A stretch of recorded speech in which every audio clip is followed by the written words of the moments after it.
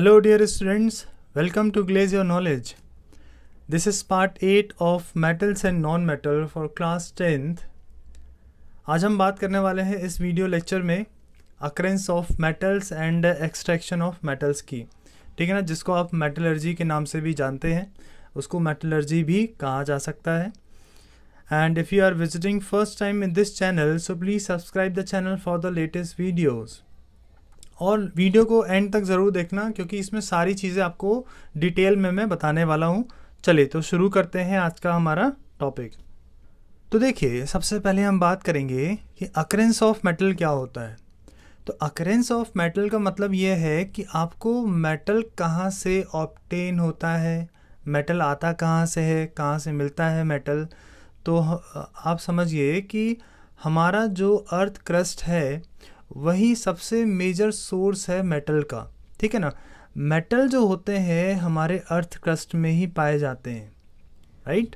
तो आप ये समझ लीजिए कि चाहे वो आयरन है, एल्यूमिनियम है, सोडियम है, राइट. तो जितने भी गोल्ड हो गया, सिल्वर हो गया, तो जितने भी टाइप के मेटल्स के बारे में आपने सुना है, ये सारे जो मेटल्स होते हैं वो हमारे अर्थ क्रस्ट से ही हमको मिलते हैं.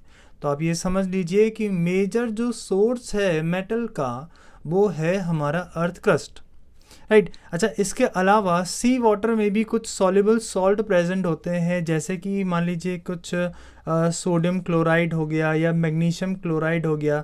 तो इसमें देखिए, इसमें नाम आ रहा है सोडियम, तो सोडियम भी एक मेटल हुआ, राइट. इसी तरह से मैग्नीशियम भी एक क्या है, मेटल है. तो आज हम इन्हीं सारी चीज़ों के बारे में आज हम डिस्कस करने वाले हैं. चलिए, तो आगे बढ़ने से पहले आपको पता होना चाहिए कि मिनरल्स क्या होते हैं और ओर्स क्या होते हैं, ठीक है. इन दोनों चीज़ों के बारे में आपको ठीक से पता होना चाहिए. तो चलिए समझते हैं हम इसको. तो देखिए, मिनरल्स की अगर बात की जाए तो वो एलिमेंट्स, ध्यान से सुनिएगा, वो एलिमेंट्स या वो कंपाउंड जो कि नेचुरली अकर्स होते हैं हमारे अर्थ क्रस्ट में, उन्हीं को मिनरल्स कहा जाता है. या फिर आप ये भी बोल सकते हैं कि वो सारे नेचुरल मटेरियल जिनमें मेटल्स पाया जाता है या उनका कोई कंपाउंड आपको मिलेगा हमारे अर्थ में, वो नेचुरल मटेरियल जो होगा उसको हम क्या बोलेंगे, मिनरल बोलेंगे. आई होप आप समझ गए होंगे. जैसे मान लीजिए कोई भी नेचुरल मटेरियल है जो आपको अर्थ से ऑब्टेन हुआ है, राइट. तो वो जो नेचुरल मटेरियल है उसमें आप देखना कि उसमें मेटल है या फिर मेटल का कोई कंपाउंड है, ठीक है. तो वो नेचुरल मटेरियल क्या माना जाएगा, मिनरल माना जाएगा, राइट. अब वहीं पर अगर हम ओर की बात करें कि ओर्स क्या होते हैं, तो देखिए वही मिनरल जो हमको यहाँ पर ऑब्टेन हुआ है, राइट, वही मिनरल्स जिनसे मेटल को आसानी से, कन्वीनियंटली और प्रॉफिटेबली अगर उसमें से मेटल को निकाला जा सकता हो, तो वही मिनरल्स जो होते हैं ओर कहलाते हैं. तो आपको एक बात समझनी चाहिए कि देखिए, सारे ही मिनरल्स ओर नहीं होते हैं, ठीक है ना. क्योंकि क्या होता है, मिनरल का मतलब क्या हो गया कि ऐसा नेचुरल मटेरियल जिसमें क्या प्रेजेंट होगा, मेटल होगा. ठीक है सर, ये तो बात समझ में आ गई है. लेकिन अगर हम इसी मिनरल में से उस मेटल को आसानी से, और अगर हमें उसकी कॉस्टिंग कम पड़ रही है, तो ही वो नेचुरल मटेरियल जिसको हम मिनरल कहते हैं वो कहलाएगा ओर. पर अगर हम उसमें से उसको कन्वीनियंटली एक्सट्रैक्ट नहीं कर पा रहे हैं तो वो ओर नहीं माना जाएगा. आई होप आपको क्लियर हो गया होगा. क्योंकि बहुत सारे मेटल्स और उनके जो कंपाउंड्स होते हैं उनका नेचर अलग टाइप का होता है, उनकी केमिकल प्रॉपर्टी अलग टाइप की होती है, जिससे कि हम उसको एक्सट्रैक्ट नहीं कर पाएंगे या फिर हमारे लिए बहुत ज़्यादा क्या होगा, कॉस्टली हो जाएगा, जिस वजह से हम उसको मिनरल ही कहेंगे, उसको ओर नहीं कहा जाएगा. आई होप आपको क्लियर हो गया होगा. तो इसीलिए क्या बोला जाता है कि all ores are minerals but all minerals are not ore, ठीक है ना. सारे ही ओर्स मिनरल होते हैं लेकिन सारे ही मिनरल्स ओर नहीं होते हैं. आई होप आपको क्लियर हो गया होगा कि ऐसा क्यों कहा जाता है. चलिए आगे बढ़ते हैं इसके. तो देखिए, अब हम बात करेंगे एक्सट्रैक्शन ऑफ मेटल्स की, जिसको हम मेटलर्जी भी कह सकते हैं. देखिए, अभी तक हमने रिएक्टिविटी सीरीज़ पढ़ी है मेटल्स की. आपको पता होगा कि रिएक्टिविटी सीरीज़ क्या होती है, मैंने बताया है रिएक्टिविटी सीरीज़ के बारे में.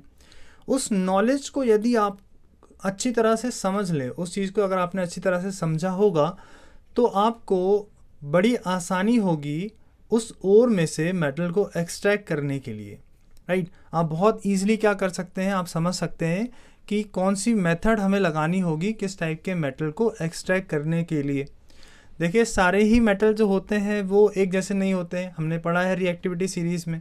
कुछ जो होते हैं बहुत ज़्यादा हाईली रिएक्टिव होते हैं ना, कुछ जो होते हैं वो मॉडरेटली रिएक्टिव होते हैं, और कुछ मेटल्स ऐसे होते हैं जो लीस्ट रिएक्टिव होते हैं, राइट। तो ये है इसकी केमिकल प्रॉपर्टी।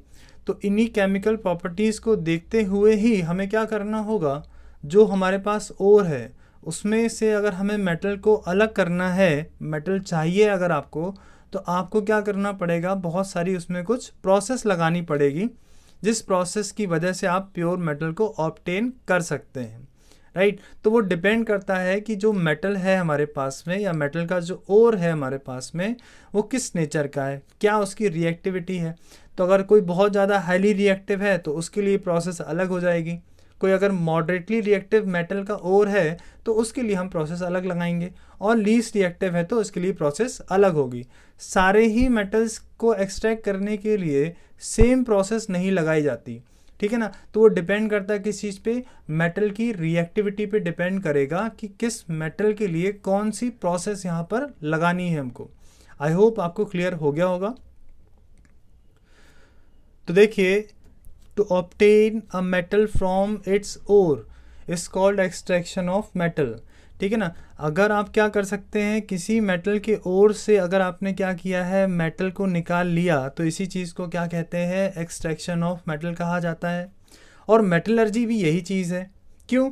क्योंकि मेटलर्जी में ये हो जाता है कि जो एक्सट्रैक्शन आप करेंगे मेटल्स का, उसमें आपको क्या करना पड़ेगा, बहुत सारी अलग अलग प्रोसेस का यूज़ करना होगा, ठीक है ना। और उन्हीं प्रोसेस से होते हुए फिर आप क्या करेंगे, प्योर मेटल को ऑब्टेन कर सकते हैं। तो ये पूरी चीज़ क्या कहलाती है, मेटलर्जी। आई होप आपको क्लियर हो गया होगा। तो चलिए आगे देखते हैं। देखिए क्या होता है कि कुछ मेटल जो होते हैं वो हमें अर्थ क्रस्ट में एज अ फ्री स्टेट हमें देखने को मिल जाएंगे, ठीक है ना। कुछ मेटल्स क्या होते हैं, फ्री स्टेट में फाउंड होते हैं अर्थ क्रस्ट में। अच्छा, कुछ मेटल ऐसे होते हैं जो ना किसी कंपाउंड के फॉर्म में आपको मिलेंगे। तो जैसे मान लीजिए कि आपके पास में क्या है, गोल्ड हो गया, है ना, राइट, सिल्वर हो गया, प्लैटिनम हो गया। तो ये जो मेटल्स हैं ये जनरली आपको फ्री स्टेट में देखने को मिलेगा। इसके अलावा जैसे मान लीजिए कॉपर है ना, या फिर सिल्वर है, ये आपको ना कंबाइंड स्टेट में भी देखने को मिलेगा। तो इसको ज़रा ध्यान से समझना है। तो देखिए, जैसे कि अभी मैंने बताया कि जो कॉपर है या जो सिल्वर है, राइट, ये ऐसे मेटल्स होते हैं जो कंबाइंड स्टेट में भी आपको देखने को मिलेंगे। फ्री स्टेट में भी मिलेगा और कंबाइंड स्टेट में भी मिलेगा। अगर ये कंबाइंड होगा तो किसके साथ में कंबाइंड रहता है ये, तो ये चीज़ जनरली या तो सल्फाइड के फॉर्म में रहेगा या फिर ऑक्साइड के ओर्स में मिलेगा आपको देखने के लिए। सल्फाइड का मतलब क्या है कि इसमें क्या होगा, सल्फर होगा, और ऑक्साइड का मतलब क्या होता है कि इसमें क्या है, ऑक्सीजन ऐड है, तो ऑक्सीजन का कंपाउंड यहाँ पे बन जाएगा। तो इस तरह के कंपाउंड में ये मेटल्स ऑब्टेन होते हैं हमें, राइट। अच्छा, अगर वहीं पे मैं कुछ दूसरे मेटल्स की बात करूं, जैसे मान लीजिए कि पोटेशियम हो गया, या फिर सोडियम हो गया, है ना, या फिर कैल्शियम हो गया, मैग्नीशियम हो गया, ये ऐसे मेटल्स होते हैं जिनकी रिएक्टिविटी बहुत ज़्यादा हाई रहती है। तो ये मेटल्स कभी भी आपको फ्री स्टेट में देखने को नहीं मिलेंगे, राइट। क्योंकि जैसे ही फ्री स्टेट में होगा तो ऑक्सीजन जैसी कंबाइन होगी, ऑक्सीजन अफिनिटी ज़्यादा होती है, इसलिए ये कभी भी फ्री स्टेट में आपको नहीं मिलेंगे, ठीक है। वहीं पर अगर जो मेटल्स होते हैं जो मिडिल में होते हैं रिएक्टिविटी सीरीज़ में, जैसे कि मान लीजिए कि जिंक हो गया, है ना, आयरन हो गया, या फिर लेड का एग्जांपल भी लिया जा सकता है। तो ये मॉडरेटली रिएक्टिव मेटल्स होते हैं। ये मेनली या तो ऑक्साइड के फॉर्म में मिलेगा देखने को, राइट, या फिर सल्फाइड के फॉर्म में होगा, और या फिर कार्बोनेट्स के स्टेट में मिलता है। तो ये इसके कंपाउंड के फॉर्म में मिलता है। तो आई होप आप समझ गए होंगे। देखिए, पहला हमने क्या पढ़ा कि ऐसे मेटल जो लीस्ट रिएक्टिव होते हैं वो फ्री स्टेट में मिलते हैं। दूसरा क्या, कि जो बहुत ज़्यादा हाईली रिएक्टिव होते हैं वो हमेशा आपको कंपाउंड के ही फॉर्म में मिलेंगे, कभी भी फ्री स्टेट में नहीं मिलेगा। और तीसरा क्या हो गया कि जो मॉडरेटली रिएक्टिव होते हैं वो हमेशा ही या तो ऑक्साइड या तो सल्फाइड या तो कार्बोनेट के फॉर्म में आपको मिलेगा, इसके कंपाउंड में मिलेगा, राइट। तो चलिए इसी बेसिस में, रिएक्टिविटी के बेसिस में हमने क्या किया है, मेटल्स को 3 कैटेगरी में डिवाइड कर दिया। फर्स्ट कैटेगरी क्या है कि metals with low reactivity, second is metals with medium reactivity and the last one is metals with high reactivity. ठीक है, तो ये हो गया। तो इस तरह से 3 कैटेगरी में सारे ही मेटल्स को डिवाइड कर दिया। अब हम देखेंगे कि किस तरह से इनको एक्सट्रैक्ट किया जाता है। चलिए, तो सबसे पहले एक फ्लो चार्ट है, उसको हम समझते हैं। So okay, now let us understand the flow chart which is based on the extraction. जिस तरह से अभी हमने सारे ही मेटल्स को उनकी रिएक्टिविटी के बेसिस में डिवाइड कर दिया है, तो देखिए उसी का एक फ्लो चार्ट आपको बताया गया है। तो यहाँ पर क्या हुआ है आप देख सकते हैं, यहाँ पर ओर है, that is concentration of ores, जिसमें आपको देखने को मिलेगा metals of high reactivity, metals of medium reactivity and metals of least reactivity.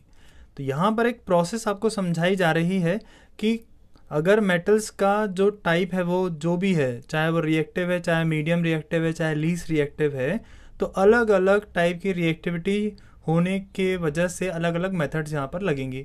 तो चलिए हम सबसे पहले स्टार्ट करते हैं कहाँ से, मेटल्स ऑफ हाई रिएक्टिविटी। तो देखिए, अगर हमें किसी भी ओर से क्या करना है, मेटल को एक्सट्रैक्ट करना है, तो हम ये पहले देखेंगे कि उस ओर में जो मेटल है उसका नेचर क्या है, उसकी केमिकल प्रॉपर्टी क्या है। तो अगर हमने ये देखा कि उसमें जो मेटल है वो क्या है, हाई रिएक्टिविटी का है, तो हमें क्या करना होगा, इसमें हमें इलेक्ट्रोलिसिस करना होगा, जिसमें कि जो ओर है उसको हमें मॉल्टन स्टेट में रखना होगा। उसके बाद फिर हम क्या करेंगे, इसमें प्योर मेटल में ऑब्टेन कर सकते हैं। तो आप समझ लीजिए कि जितने भी ऐसे मेटल्स होते हैं जो हाईली रिएक्टिव होते हैं, उनके ओर में हम क्या करते हैं, इलेक्ट्रोलिसिस करते हैं। जब उसका मॉल्टन स्टेट होता है उसके बाद ही इसको प्योर मेटल में ऑब्टेन किया जा सकता है। वहीं पर अगर हम बात करते हैं मेटल्स ऑफ मीडियम रिएक्टिविटी, तो अभी हमने डिस्कस किया था कि जो मेटल्स मीडियम रिएक्टिव होते हैं वो जनरली या तो कार्बोनेट के कंपाउंड में रहता है या तो सल्फाइड के कंपाउंड में रहेगा। तो यहाँ पर हम एक चीज़ कर सकते हैं कि देखिए, अगर इस कार्बोनेट को ऑक्साइड में अगर बदल दिया जाए तो हमारे लिए इजी हो जाता है कि उससे हम क्या कर सकते हैं, प्योर मेटल ऑब्टेन कर सकते हैं। तो सबसे पहले हम क्या करेंगे, जो कार्बोनेट है या जो सल्फाइड का ओर है, इनको कन्वर्ट किया जाएगा ऑक्साइड के फॉर्म में। तो आप देखिए, ध्यान रखिएगा कि इसमें 2 अलग अलग मेथड्स हैं कि जब भी अगर कोई भी ओर कार्बोनेट के फॉर्म में है और उसको ऑक्साइड में कन्वर्ट करने के लिए हम कैल्सिनेशन का यूज़ करेंगे, जबकि अगर आपके पास में सल्फाइड का ओर है और उसको ऑक्साइड में कन्वर्ट करने के लिए हम यूज़ करेंगे रोस्टिंग। ठीक है, तो जब ये दोनों मेथड यहाँ पे डिपेंड करता है कि कार्बोनेट है या सल्फाइड है, इसमें करने के बाद जो हमारे पास ओर है वो काय में आ जाएगा, ऑक्साइड के फॉर्म में आ जाएगा। उसके बाद आप बड़े आसानी से इसमें रिडक्शन किया जा सकता है और उसके बाद इसमें प्योरिफिकेशन होगा, जिससे कि हमें प्योर मेटल ऑब्टेन हो सकता है। तो ये हमने देख लिया मिडिल रिएक्टिविटी किया। अब हम देखेंगे कि ऐसे मेटल जिनकी रिएक्टिविटी लीस्ट होती है तो उसके लिए क्या होगा। तो देखिए, जनरली जो लीस्ट रिएक्टिव होते हैं वो सल्फाइड के कंपाउंड में होता है।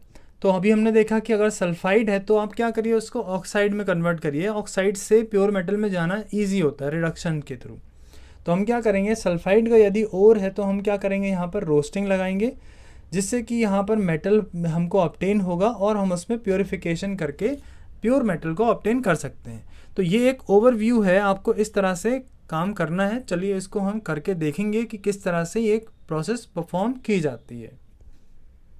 तो चलिए हम स्टार्ट करते हैं कि किस तरह से मेटल को एक्सट्रैक्ट किया जा सकता है। तो आपको एक बात और समझनी होगी। देखिए, क्या होता है कि जब भी हम ओर्स को माइन करते हैं फ्रॉम द अर्थ क्रस्ट, तो ये पॉसिबिलिटी है कि जो ओर हमें ऑब्टेन होगा उसमें लार्ज अमाउंट में इम्प्योरिटीज़ भी होंगी, राइट। क्योंकि हम अर्थ क्रस्ट से इसको ऑब्टेन कर रहे हैं, तो ये पॉसिबल है कि सर उसमें क्या आ सकता है, सर सॉइल भी आ सकती है, राइट। और क्या हो सकता है, सैंड आपको देखने को मिलेगी, और इसी तरह से और भी बहुत सारी क्या हो सकती है, इम्प्योरिटीज़ हो सकती हैं उस ओर में। तो जिस ओर में इस तरह की इम्प्योरिटीज़ प्रेजेंट होती है उसको कहा जाता है गैंग, राइट। क्या बोलते हैं उसको, गैंग कहा जाता है, राइट। इस चीज़ को आप ध्यान रखिए। तो ये ज़रूरी हो जाता है कि जब भी हम मेटल्स का एक्सट्रैक्शन करेंगे फ्रॉम देयर ओर्स, तो हमें क्या करना होगा, सबसे पहले इन्हीं इम्प्योरिटीज़ को क्या करना है, रिमूव करना है। और इन इम्प्योरिटीज़ को रिमूव करने के लिए हमें देखना होता है कि जो मेटल है इसमें उसकी क्या फिज़िकल प्रॉपर्टी है, क्या केमिकल प्रॉपर्टी है, उसी बेसिस में हम क्या कर सकते हैं, इस गैंग को ओर में से रिमूव किया जा सकता है, राइट। तो ये डिपेंड करता है कि जो ओर में मेटल प्रेजेंट है उसकी क्या फिज़िकल प्रॉपर्टी है और क्या केमिकल प्रॉपर्टी है। उसी के बेसिस में अलग अलग टेक्निक्स लगा के हम क्या कर सकते हैं, इन्हीं इम्प्योरिटीज़ को हटा सकते हैं। तो जैसे ही ये इम्प्योरिटीज़ हट जाएंगी उसके बाद फिर हम आगे की प्रोसेस को स्टार्ट करेंगे। तो चलिए अभी हम सबसे पहले स्टार्ट करेंगे extraction of less reactive metals की। चलिए देखते हैं कि अगर हमारे पास में लेस रिएक्टिव मेटल्स हैं उनको उनके ओर्स में से किस तरह से एक्सट्रैक्ट किया जा सकता है। तो चलिए सबसे पहले हम स्टार्ट करते हैं, एक एग्जांपल लेते हैं, दैट इज़ मरकरी। अब हम देखेंगे कि मरकरी का एक्सट्रैक्शन कैसे किया जाता है, राइट। तो चलिए देखते हैं, यहाँ पर मरकरी जो होता है ये लेस रिएक्टिव होता है, हम सभी जानते हैं। और मरकरी का जो ओर होता है उसको हम क्या बोलते हैं, सिनेबार। आप देख सकते हैं सिनेबार का फॉर्मूला क्या लिखा हुआ है, दैट इज HgS। अब यहाँ पे आप देख सकते हैं, यहाँ पे S मतलब सल्फर यहाँ पर जुड़ा हुआ है। हम क्या करेंगे, सबसे पहले इसको इसके ऑक्साइड के फॉर्म में लाएंगे, और जब ये ऑक्साइड के फॉर्म में आ जाएगा तो उसमें हम क्या करेंगे, रिडक्शन करेंगे, जिससे कि प्योर मेटल को ऑब्टेन करना कंपैरेटिवली ईजी हो जाता है। तो सबसे पहले आप क्या करिए, इस सल्फ़र को रिमूव करने के लिए आपको क्या लगाना होगा, रोस्टिंग लगानी होगी। तो रोस्टिंग क्या होती है, एक प्रोसेस होती है। ये एक ऐसी प्रोसेस है जिसमें कि सल्फाइड के जो ओर्स होते हैं उनको ऑक्साइड में कन्वर्ट किया जाता है, राइट, बाय हीटिंग। आप क्या करिए, इसको स्ट्रॉन्ग हीट करिए, okay, in the presence of air. तो जब आप इसको इन द प्रेजेंस ऑफ एयर क्या करेंगे, सिनेबार को स्ट्रॉन्ग हीट करेंगे, तो ये चीज़ क्या होगा, इसके ऑक्साइड में कन्वर्ट हो जाएगा। जैसा कि आप देख सकते हैं यहाँ पर क्या हो रहा है, मर्क्यूरी ऑक्साइड यहाँ पर फॉर्म हो रहा है और सल्फ़र डाइऑक्साइड यहाँ पर बन गया। तो अब आप देख सकते हैं कि जो मर्करी है कौन से कंपाउंड में आ चुका है, ऑक्साइड के कंपाउंड में आ चुका है। अब हम क्या करेंगे, इसी ऑक्साइड को रिडक्शन करेंगे। मतलब आपको क्या करना है कि इस मर्करी ऑक्साइड में जो ऑक्सीजन आपको दिख रहा है, इस ऑक्सीजन को रिमूव करना है, राइट। तो जो भी ऑक्सीजन यहाँ पर रिमूव किया जाएगा तो इसमें आपको क्या करना पड़ेगा, रिडक्शन करना होगा। तो आप क्या करिए, इसको रिड्यूस करने के लिए आपको इसको और हीट कराना होगा, जिसके बाद आप देख सकते हैं यहाँ पर, आप देख सकते हैं यहाँ पर मरकरी ऑब्टेन हो चुका है, यहाँ पर मरकरी हमको मिल चुका है और यहाँ पर ऑक्सीजन गैस यहाँ पर रिलीज होगी, राइट, जो कि मरकरी जो रहेगा वो लिक्विड के स्टेट में रहेगा। तो ध्यान देने वाली बात यह है कि यहाँ पर जो मेथड लगाई जा रही है, जिन मेटल की रिएक्टिविटी सीरीज़ को देख करके आप इस चीज़ को ध्यान में रखिएगा, राइट। आई होप आपको क्लियर हो चुका है। और इसमें आप ध्यान रखिए, हर किसी के ओर के बारे में आपको पता होना चाहिए, हर किसी के ओर का नाम क्या है। जैसे मरकरी के ओर का नाम होता है सिनेबार, ये आपको एग्ज़ाम में पूछा जाएगा, इसलिए आप इसको ध्यान रखिए और लिख लीजिए। चलिए नेक्स्ट मूव करते हैं हम, extraction of moderately reactive metals, right. अब हमें क्या करना है, ऐसे मेटल्स हैं यहाँ पर हमारे पास में जो मॉडरेटली रिएक्टिव होते हैं। तो जैसे मान लीजिए कि जो भी रिएक्टिविटी सीरीज़ है उसमें जो भी मिडिल में आते हैं, दैट इज़ मान लीजिए आयरन है ना, जिंक हो गया, लेड हो गया, कॉपर हो गया, ये सब जो होते हैं ये मेटल्स, ये मॉडरेटली रिएक्टिव मेटल्स होते हैं, और यूजुअली ये मेटल्स आपको सल्फाइड या फिर कार्बोनेट के नेचर में आपको मिलेंगे, right. So it is easier to obtain a metal from its oxide. इसका मतलब ये है कि जब ये सल्फाइड या कार्बोनेट के नेचर में है तो आप क्या करिए, इसको इसके ऑक्साइड के फॉर्म में लाइए, और जब ये ऑक्साइड में आ जाएगा तो इसके ऑक्साइड से प्योर मेटल को ऑब्टेन करना थोड़ा सा ईजी हो जाता है। तो अब हमें क्या करना होगा, जैसा कि हमने फ्लो चार्ट में भी समझा है कि अगर मॉडरेटली रिएक्टिव मेटल्स हैं तो वो आपको जनरली या तो सल्फाइड या तो कार्बोनेट के नेचर में मिलते हैं, जिनको हमें क्या करना होगा, ऑक्साइड में कन्वर्ट करना होगा पहले। तो ऑक्साइड में कन्वर्ट करने के लिए हम क्या करेंगे, अलग अलग प्रोसेस का यहाँ पर यूज़ करने वाले हैं। चलिए देखते हैं। सबसे पहले हमको क्या करना होगा, रोस्टिंग और कैल्सिनेशन। इन दोनों मेथड को पहले आप समझिए कि रोस्टिंग कब किया जाता है और कैल्सिनेशन कब यूज़ होगी। तो देखिए, रोस्टिंग में बताया गया है कि heating of sulphide ore in the presence of excess air. तो अब आप समझ गए होंगे कि जब भी आपके पास में क्या है, कोई ओर है, किसी मेटल का क्या है, ओर है, और इस ओर में आप जानते हैं कि ये जो ओर है ये सल्फाइड है, सल्फाइड ओर है ये, मतलब इसमें सल्फ़र भी है। तो हमें क्या करना है, इसको कन्वर्ट करना है, इसके ऑक्साइड में लाना है। तो जब भी आप सल्फाइड के ओर से ऑक्साइड में जाएंगे देन आपको यूज़ करना होगा रोस्टिंग। तो रोस्टिंग एक ऐसी प्रोसेस है जिसमें कि आप क्या करते हो, ओर को स्ट्रॉन्ग हीट करते हो इन द प्रेजेंस ऑफ एयर। तो ये मेथड क्या होती है, रोस्टिंग होती है, राइट। मतलब ये आपको क्या करना है, स्ट्रॉन्ग हीट देना है, तब ये क्या होगा, रोस्टिंग होगा।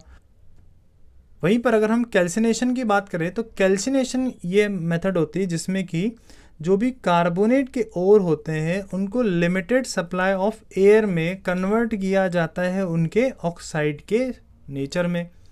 तो जहाँ पर भी लिमिटेड सप्लाई ऑफ एयर होगा वो प्रोसेस होगी कैल्सिनेशन। आई होप आपको क्लियर हो रहा होगा। चलिए समझते हैं आगे। तो चलिए इसके एग्जांपल्स हम देखते हैं, रोस्टिंग के लिए क्या होगा और कैल्सिनेशन में क्या होगा। तो देखिए, जैसा कि मैंने अभी आपको बताया कि रोस्टिंग एक ऐसी मेथड होती है जिसमें कि जो भी सल्फाइड ओर होते हैं इनको कन्वर्ट किया जाता है उनके ऑक्साइड में। तो ऑक्साइड में कन्वर्ट करने के लिए जो हम प्रोसेस यहाँ पे लगाते हैं वो होता है रोस्टिंग, जिसमें कि एक्सेस हीट दी जाती है। एक्सेस अमाउंट में हमें क्या करना होता है, उसको हीट करना होता है। तो चलिए एक एग्जांपल है हमारे पास में, इसको देखते हैं। देखिए यहाँ पर एक एग्जांपल लिया हुआ है जिंक सल्फाइड का, जिसमें कि आप देख सकते हैं यहाँ पर जिंक का ओर तो है ये, लेकिन कौन से नेचर का है, ये सल्फाइड नेचर का है। इसमें साफ साफ दिख रहा है ZnS, जिसको हम क्या बोलते हैं, जिंक ब्लेंड, ठीक है ना।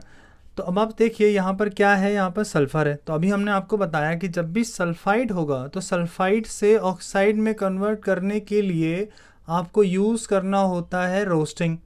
तो यहाँ पर देखिए, यहाँ पर ऑक्सीजन यहाँ पे दिया जा रहा है, ऐड हो रहा है, और यहाँ पे एक्सेस अमाउंट में हीट करने के बाद ये जो सल्फाइड है ये क्या हो जाएगा, ऑक्साइड में कन्वर्ट हो जाएगा, राइट। तो हमारे पास क्या ऑब्टेन हो गया है, ZnO, that is zinc oxide आ चुका है, और लास्ट में क्या बच रहा है, सल्फ़र ऑक्साइड, ठीक है। आप देख सकते हैं यहाँ पर। तो यहाँ पर हमने क्या कर दिया है, जो जिंक सल्फाइड था उसको कन्वर्ट कर दिया है जिंक ऑक्साइड में by the help of roasting, ठीक है। इसके बाद अब आप क्या कर सकते हैं, जो यहाँ पर जिंक ऑक्साइड आ चुका है इसको आप क्या कर सकते हैं, रिडक्शन कर सकते हैं। रिडक्शन आपको मालूम होना चाहिए क्या होता है। तो आप देख सकते हैं यहाँ पर ZnO लिया गया है जिंक ऑक्साइड, जिसमें कार्बन को ऐड किया जा रहा है, जिसकी वजह से क्या होगा, तो आप देख सकते हैं यहाँ पर यहाँ रिडक्शन हो चुका है, ऑक्सीजन यहाँ से हट चुका है, और यहाँ पर केवल आपके पास में क्या बचेगा, जिंक बचेगा as a pure metal, right. और साथ में क्या मिलेगा हमको, कार्बन मोनोऑक्साइड यहाँ पर गैस मिल जाएगी। तो एक प्रोसेस हमने यहाँ पर देख ली है कि रोस्टिंग किस तरह से यूज़ किया जाता है। आई होप आपको क्लियर हो रहा होगा, राइट। चलिए अब हम ये देख लेते हैं कि मान लीजिए अगर कार्बोनेट का ओर है तो हम क्या करेंगे सर, तो भी आपको क्या करना पड़ेगा, हीट तो करना ही पड़ेगा, लेकिन यहाँ पर लिमिटेड अमाउंट में हीट करना है आपको, ठीक है। तो चलिए देखते हैं, यहाँ पर जिंक जो है वो दो फॉर्म में आपको मिल रहा है, कार्बोनेट के फॉर्म में भी है और सल्फाइड के फॉर्म में भी है। तो कार्बोनेट के फॉर्म में यदि है तो इसका फॉर्मूला क्या बनेगा, ZnCO3 बन जाएगा, जिसको हम कैलामाइन ओर कहते हैं। तो आप ध्यान रखिए, कैलामाइन ओर मतलब जो कि कार्बोनेट का फॉर्म होगा, और जिंक ब्लेंड मतलब क्या होगा, सल्फाइड। तो अब हमारे पास हम देख सकते हैं कि sir we have zinc carbonate. तो अब हमें क्या करना है, इस जिंक कार्बोनेट को कन्वर्ट करना है किस में, जिंक ऑक्साइड में। तो आप देखें यहाँ पर लिमिटेड अमाउंट में ऑक्सीजन दिया गया है, इसलिए यहाँ पर ऑक्सीजन को ऐड करते हुए नहीं दिखाया गया। राइट, देखिए इस वाले इक्वेशन में ऑक्सीजन ऐड हो रहा है, यहाँ पर लिमिटेड अमाउंट में किया जा रहा है। तो यहाँ पर सिर्फ हम क्या करेंगे, कैल्सिनेशन यहाँ पर किया जाएगा। जैसे ही कैल्सिनेशन होगा तो यहाँ पर आप देख सकते हैं रिएक्टेंट साइड पे क्या लिखा हुआ है, ZnCO3 दिया गया है। और जैसे ही ये प्रोसेस होगी तो आप प्रोडक्ट साइड पे अगर देखेंगे तो प्रोडक्ट साइड पे क्या आ रहा है, ZnO। इसका मतलब है कि कैल्सिनेशन की हेल्प से जो जिंक कार्बोनेट है वो कन्वर्ट हो चुका है काय में, जिंक ऑक्साइड में। और क्या आ रहा है साथ में, कार्बन डाइऑक्साइड गैस आ रही है। तब आप देख सकते हैं यहाँ पर हमारा काम हो चुका है, यहाँ पर जिंक ऑक्साइड हमें मिल चुका है।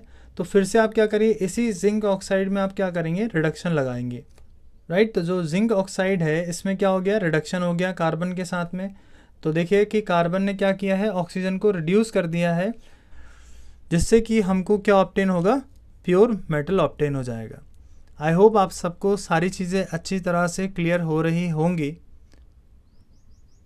इस मेथड में हम देख सकते हैं डिस्प्लेसमेंट भी आप इसको बोल सकते हैं। राइट, तो चलिए अभी हमने देख लिया है कि किस तरह से जो मॉडरेटली रिएक्टिव मेटल्स के ओर होते हैं उनमें क्या किया जाता है, किस तरह से हम मेटल्स को एक्सट्रैक्ट कर सकते हैं। चलिए अब हम बात करेंगे next, that is thermite reaction. Right, तो थर्माइट रिएक्शन क्या होता है, तो आप समझिए कि जो अभी हम लोग पढ़ रहे थे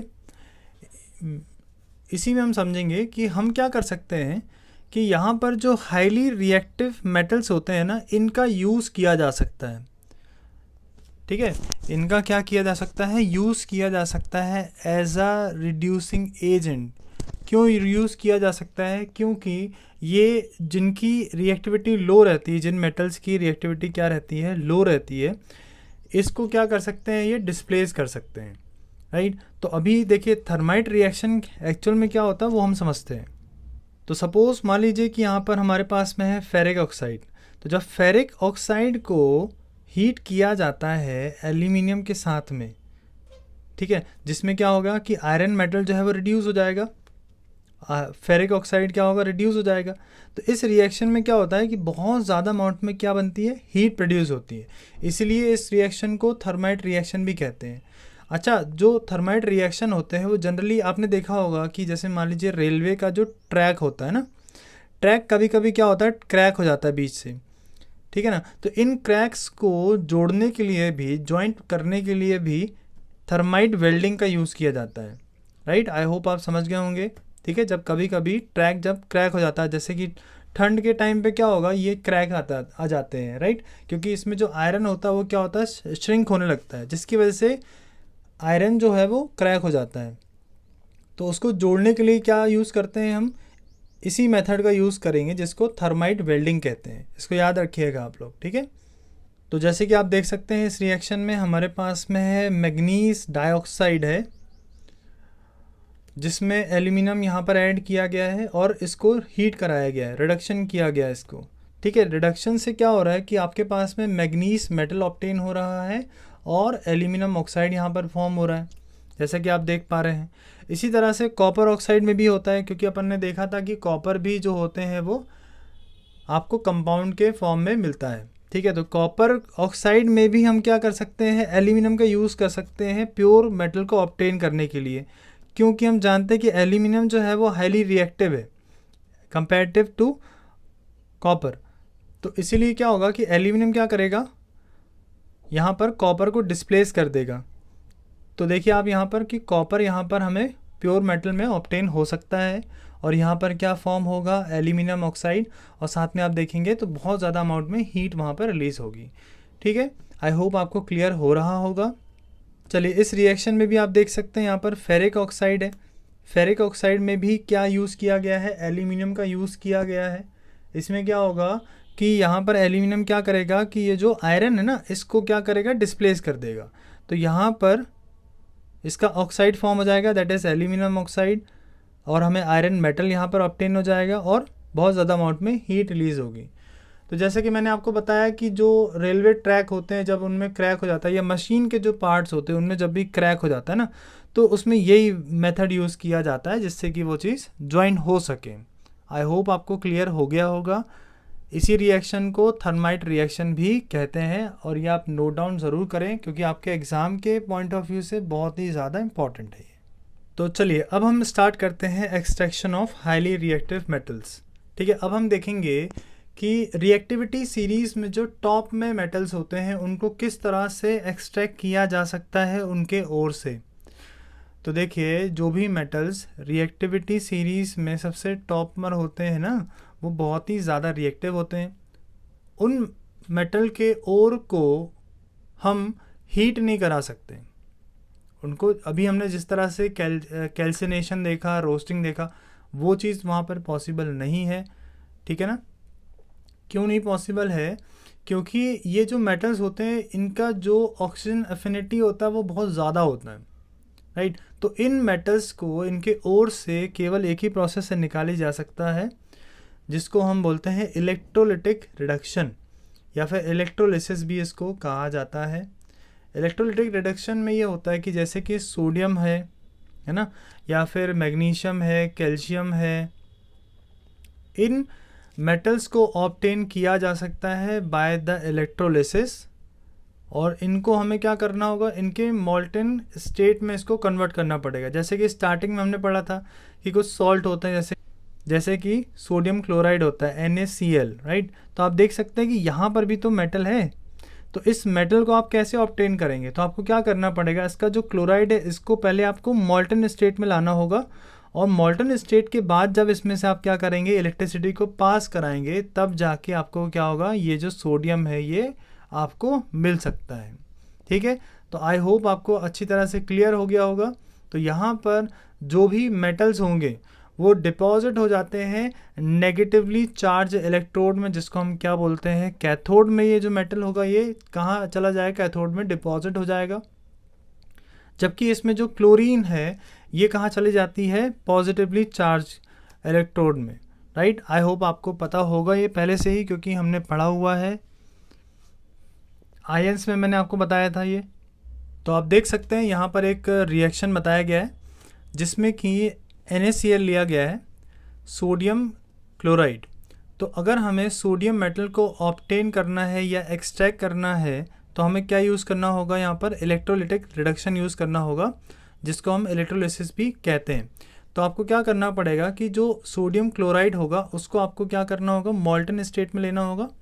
जिसके बाद उसमें से आप क्या करेंगे, जब इलेक्ट्रिसिटी को पास कराएंगे तो आप देखेंगे यहाँ पर आपको सोडियम जो है वो कैथोड में डिपॉजिट मिलेगा, और जो क्लोरीन है वो आपको एनोड में डिपॉजिट आपको मिल जाएगा। क्योंकि आप देख सकते हैं यहाँ पर जो सोडियम है वो क्या करता है, इलेक्ट्रॉन को लूज करता है, और जो क्लोरीन है वो क्या करेगा, इलेक्ट्रॉन को गेन करेगा, राइट। इस तरह से यहाँ पर सोडियम क्लोराइड फॉर्म होता है। तो जैसे ही इसमें इलेक्ट्रोलिसिस किया जाएगा तो ये स्प्लिट हो जाएगा। आई होप आपको क्लियर हो गया होगा। इसीलिए जो सोडियम है वो कैथोड में डिपॉजिट होगा, और जो क्लोरीन है वो एनोड में डिपॉजिट होगा, राइट। आई होप आपको क्लियर हो गया होगा। तो देखिए, इतना सब करने के बाद जो भी मेटल हमको ऑब्टेन होता है वो पूरी तरह से प्योर नहीं होता है। हमें उसको पूरी तरह से प्योर करने के लिए उसमें और जो इम्प्योरिटीज़ होती हैं उसको हमें क्या करना है अभी, और वहाँ से हटाना होगा। इसका मतलब है आपको क्या करना होगा, रिफाइनिंग करनी होगी, या फिर प्योरिफिकेशन भी आप इसको कह सकते हैं। तो प्योरिफिकेशन जो होगा यहाँ पर ये इलेक्ट्रोलिटिक रिफाइनिंग से किया जाता है, जिससे कि हमें प्योर मेटल जो है वो ऑब्टेन हो सकता है, राइट। तो अगर हम इलेक्ट्रोलिटिक रिफाइनिंग को अगर समझें कि ये क्या होता है, तो जैसे कि बहुत सारे मेटल्स होते हैं, जैसे कि मान लीजिए कि कॉपर हो गया, या फिर जिंक हो गया, है ना, या फिर सिल्वर है, गोल्ड है, इस तरह के जो मेटल्स होते हैं इनको इलेक्ट्रोलिटिक रिफाइनिंग की प्रोसेस से ही प्योर बनाया जाता है, राइट। इस प्रोसेस में आप देख सकते हैं, आपके सामने यहाँ पर एक फिगर दिया हुआ है, इस फिगर को समझते हैं हम। Now let us understand how this process be performed, right. तो आप देख सकते हैं यहाँ पर एक आपको इमेज दिखाया गया है जिसमें कि एक अपैरेटस यूज़ किया गया है, और इस अपैरेटस में हमें क्या करना है कि कॉपर को हमें क्या करना है, प्योर कॉपर की रिफाइनिंग यहाँ पर की गई है। तो देखिए इस अपैरेटस में आप देख सकते हैं यहाँ पर इलेक्ट्रोलाइटिक टैंक है, ये आप देख सकते हैं, ये टैंक है यहाँ पर। इस टैंक में अगर आप देखेंगे तो यहाँ पर यूज़ किया गया है कॉपर सल्फेट सोल्यूशन का, यहाँ पर यूज़ किया गया है, आप देख सकते हैं। एसिडिफाइड का मतलब यहाँ पर यह है कि इसमें sulphuric acid, dilute sulphuric acid यहाँ पर यूज़ किया गया है कॉपर सल्फेट सोल्यूशन के साथ में, राइट। और इसमें आप देखेंगे तो यहाँ पर एक thick block of impure metal का यूज़ किया गया है एनोड में, यहाँ पर, राइट, आप देख सकते हैं यहाँ पर ये। और थिन स्ट्रिप का यूज़ किया गया है प्योर कॉपर का, जो कि आपको कैथोड के साइड में देखने को मिलेगा, ठीक है। इसके बाद हमने क्या किया है, इसको एक बैटरी से कनेक्ट कर दिया है, यहाँ पर देख सकते हैं आप। और जैसे ही आप इसका स्विच ऑन करेंगे तो जो एनोड आपने देखा, एनोड इस एनोड में इम्प्योर कॉपर जो है ये डिज़ोल्व होना स्टार्ट होगा और कॉपर सल्फेट सोल्यूशन में डिज़ोल्व हो जाएगा। और आप देख सकते हैं कि इसके बाद हमें प्योर कॉपर ऑब्टेन होगा कॉपर सल्फेट सोल्यूशन में, जो कि कैथोड में डिपॉजिट हो जाता है, राइट। और जितनी भी इम्प्योरिटीज़ होंगी वो सब नीचे आ जाएंगी, देख सकते हैं यहाँ पर आप। इनसॉल्युबल इम्प्योरिटीज़ जो है वो नीचे मड जो है एनोड में कलेक्ट हो जाता है, राइट। तो इस तरह से कॉपर को हम ऑब्टेन कर सकते हैं प्योर में फॉर्म में। तो चलिए इसी तरह से आप जो दूसरे मेटल्स होते हैं उनको आप क्या कर सकते हैं, इलेक्ट्रोलाइटिक रिफाइनिंग कर सकते हैं और प्योर मेटल को आप ऑब्टेन कर सकते हैं। आई होप आपको पूरा जो टॉपिक है मेटलर्जी ये आपको क्लियर हो गया होगा, राइट। इसके अलावा यदि आपको कोई डाउट है या आपकी क्वेरी है तो आप मुझे कमेंट सेक्शन में पूछ सकते हैं। चलिए इस वीडियो लेक्चर में इतना ही है, मिलते हैं नेक्स्ट वीडियो में। और अगर आपको वीडियो पसंद आया तो इसको लाइक करिए, शेयर करिए और चैनल को ज़रूर सब्सक्राइब करिए for the latest videos. Thank you so much.